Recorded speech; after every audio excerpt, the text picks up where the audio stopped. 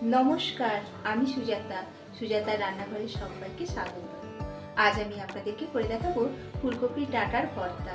এই ডাঁটাগুলো সাধারণত আমরা খাই না, ফেলে দিই, কিন্তু ছোটবেলায় দেখেছি মায়েরা অনেক সময় সর্ষে বাটা দিয়ে একটু বেশ রান্না করেছে, সেটাও খেতে ভালো লাগে। কিন্তু আজ আমি একটু অন্যরকম করে দেখাবো, আশা করছি আপনাদেরও ভালো লাগবে। তো চলুন শুরু করা যাক। আমি এখানে নিয়েছি ফুলকপির কিছুটা ডাঁটা, কিছুটা পাতা সমেতও আছে নরম নরম। এবার ওই ডাঁটাগুলোকে ছোটো ছোটো করে টুকরো করে কেটে প্রেসারের মধ্যে দিয়ে ওতে দিয়ে দেবো হাফ কাপ জল, দিয়ে ওটাকে ভালো করে সেদ্ধ করে আবার একটা পেস্ট বানিয়ে নেব। এবার কড়াইতে দিয়ে দিয়েছি 2 টেবিল চামচ তেল, তার মধ্যেই দিয়ে দেব একটা শুকনো লঙ্কা আর একটুখানি সর্ষে। এখানে আপনারা কালো জিরাও ব্যবহার করতে পারেন। এবারে সর্ষেটা একটু ভালো করে ভাজা হয়ে গেলে ওর মধ্যেই দিয়ে দেব 1 চামচ পরিমাণ পেঁয়াজ, রসুন, আদা ও টমেটো বাটা। আমি 1 চামচই নিয়েছি, খুব একটা বেশি এখানে মশলা লাগবে না। এবার ওই মশলাটাকে একটু ভালো করে নাড়িয়ে নাড়িয়ে একটু ভাজা ভাজা করে নেব।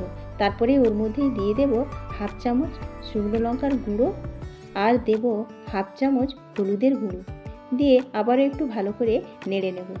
মশলা ভালোভাবে কষানো হয়ে গেলে ওর মধ্যেই দিয়ে দেব বেটে রাখা ডাঁটা।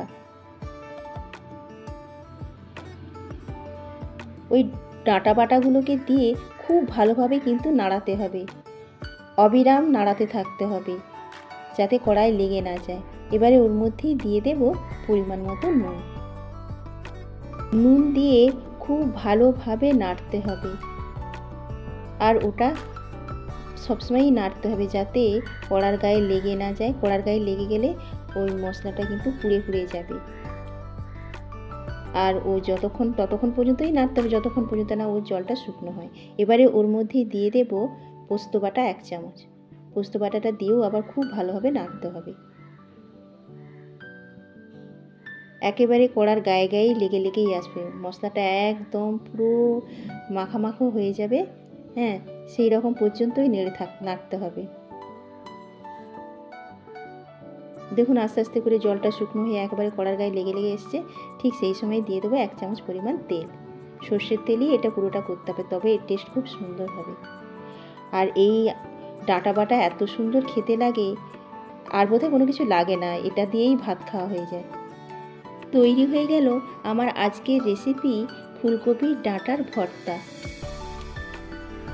বন্ধুরা, আমার আজকের রেসিপিটি যদি আপনাদের ভালো লেগে থাকে তাহলে অবশ্যই লাইক, কমেন্ট, শেয়ার করবেন।